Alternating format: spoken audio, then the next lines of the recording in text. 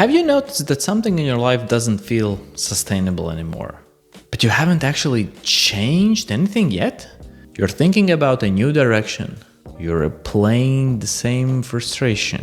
You keep telling yourself, I should do something.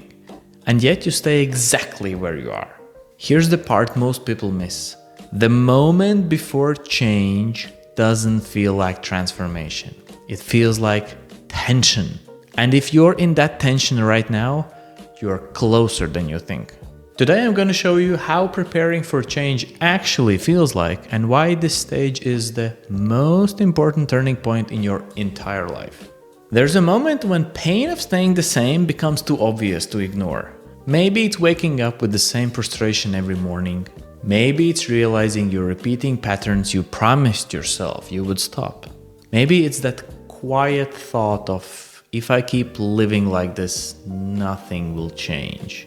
That is the first sign that you're entering the preparation stage. You're not acting yet. No, you're not changing anything deliberately, but you're seeing the cost of not acting much more clearly. That clarity creates pressure, not dramatic pressure, not loud, just a steady, honest recognition that I can't keep doing things this way. And once you see the truth, you cannot unsee it anymore. But noticing the problem is only half of what's happening. There's a second shift happening underneath it, something even more important. People think preparation starts when you make a plan. It doesn't. Preparation begins when your relationship with the idea of change starts to shift. Up until now, you have been in the maybe mode. Maybe I'll start. Maybe things will get better.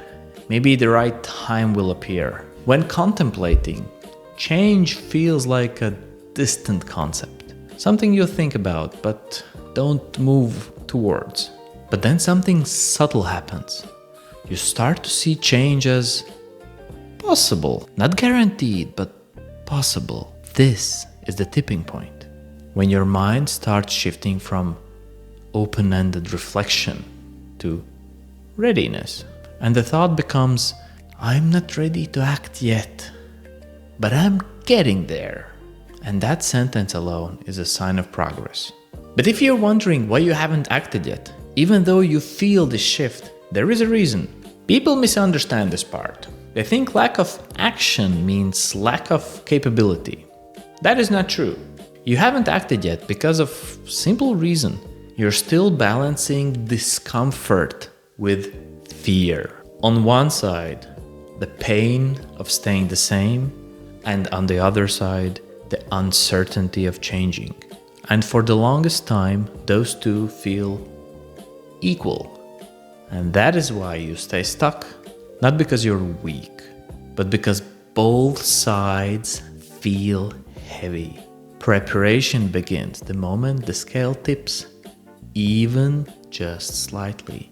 When you feel the discomfort of your current situation growing, when you recognize that staying the same has consequences, when you see that change isn't just something you want, it's actually something you might need.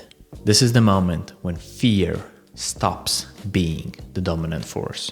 And once that fear loosens its grip over you, something else rises in its place. The rising sense of urgency. Urgency in this stage isn't frantic. It's calm, it's quiet, it's precise. It sounds like, I can't keep avoiding this. I know something has to shift. I'm not fully ready, but I'm more ready than before. That is not hype, that is not motivation, that is clarity. You're beginning to understand that waiting won't magically make your life easier, and that no moment will suddenly feel perfect. When people hit this point, they often describe it as tightening feeling, a sense that the window for change isn't closing, but the window for staying the same is. That is the emotional signature of preparation. But awareness and urgency still doesn't create action. There's one more shift that completes this stage. Before you take action, you make a quiet internal commitment. Not a plan, not a strategy, just one decision that I'm going to move forward. That is the moment where contemplation ends and preparation begins. This micro decision is more important than the step one of the plan. Because once you decide, your mind starts opening doors it has kept closed before. You begin thinking differently. What's my next step? What progress could look? What small thing I can do to start preparing? You're not acting yet, that's fine. But you shifted from hesitation to intention. And that shift is the actual beginning of change. And if you ever wondered how to know you're in this stage, you'll see these signs clearly.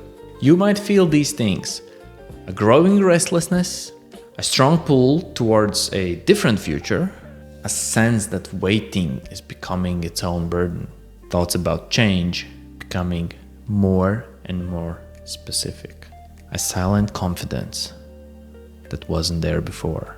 None of these are dramatic. They're subtle, but they matter. Because these signals mean something simple. You're not on the fence anymore. You're leaning forward. And once you're leaning forward, the next step, planning, becomes natural instead of forced. So if you're here, what should you do? Preparing for life change isn't about getting everything right. It's about acknowledging that the path you're on is no longer working and deciding that your future matters more than your current fears. If you're feeling this pull, don't ignore it. This is the moment your life starts to shift. Make one internal commitment that my next step is worth taking. Not perfect, not complete, just worth taking. Because the truth is simple. You don't need clarity to begin. You need intention. And if you're watching this, you already feel that intention forming. Hold on to it. Feed it. And when you're ready for the next phase, the planning of change, I'll show you exactly how to build your first step.